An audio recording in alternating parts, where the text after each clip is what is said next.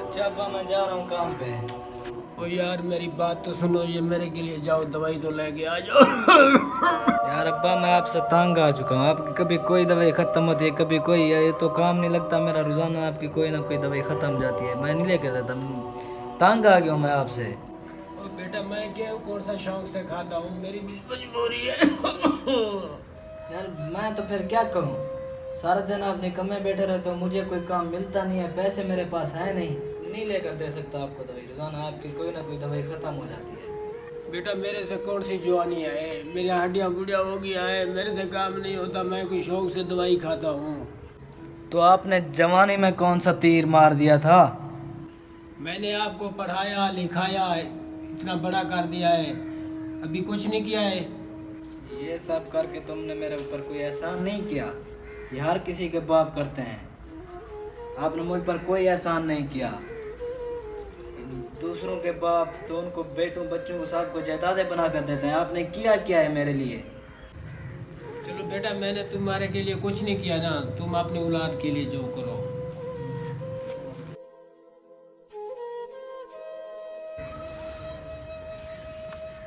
अस्सलाम वालेकुम साद भाई।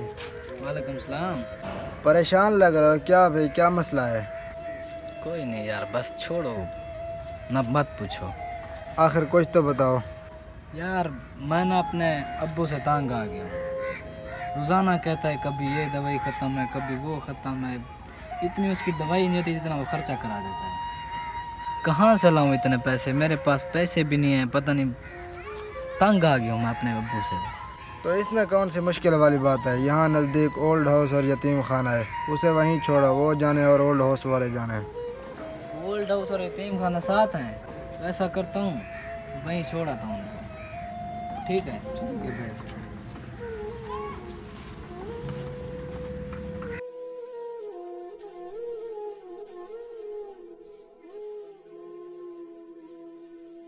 बेटा क्या हुआ, काम पे नहीं गए?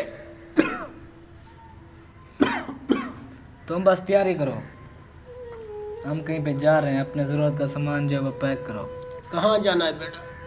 मुझसे सवाल ज़्यादा ना करो, बस अपने ज़रूरत के सामान जो है वो इकट्ठा करो, हम कहीं जा रहे हैं।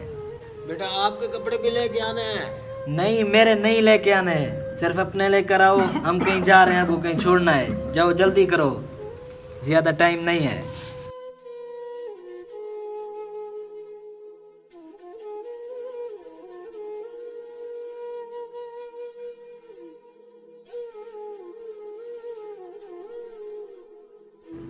आखिर तू आ गया ना मेरे पास, बस अल्लाह की मर्जी के काम है भाई।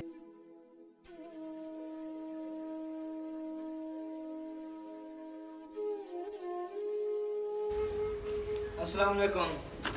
वालेकुम सलाम। बेटा आ गए हो? ये मैं आपके लिए दवाई लाया था।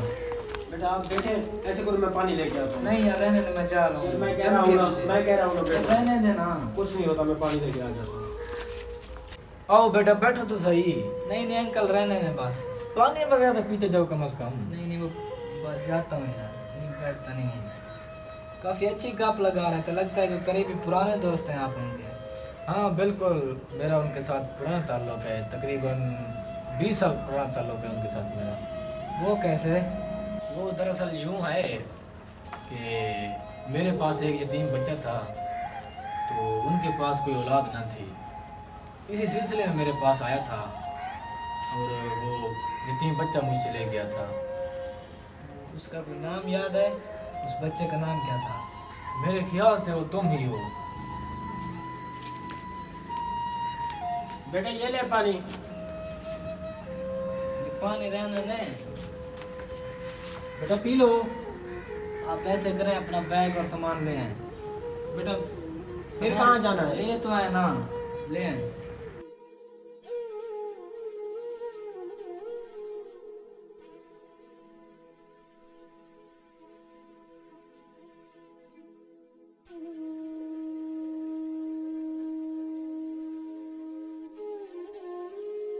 अब्बू जान, मुझ से बहुत बड़े गुनाह हो गए, मुझे माफ़ कर बेटा दें। कुछ मसला नहीं है, कोई मैंने मसला बहुत नहीं बड़ा है। गुनाह नहीं किया। बेटा, अल्लाह माफ़ करेगा आपको, मैं आपके साथ हूँ, टेंशन नहीं लेना।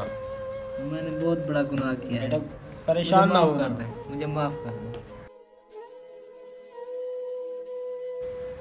व्यूअर्स, इस कहानी का मकसद ये है कि अपने वालिदैन की कदर करें, उनको उफ तक ना करें। अगर वो बीमार हो जाएं, उनकी इलाज के लिए, उनकी दवाई के लिए अपनी ज़िम्मेवारी अपने ऊपर फ़र्ज समझ कर करें। और अगर वो बूढ़े हो जाएं, उनका ख्याल रखें, क्योंकि उन्होंने आपको बचपन में, जब आप ना बोल सकते थे, ना चल सकते थे, ना उठ सकते थे, ना बैठ सकते थे, उन्होंने आपके साथ वो बर्ताव किया जिस तरह उन्होंने आपके साथ बर्ताव किया बचपन में, आपका ख्याल रखा, आपकी गंदगी का ख्याल रखा, आप भी उसी तरह उनका ख्याल रखें।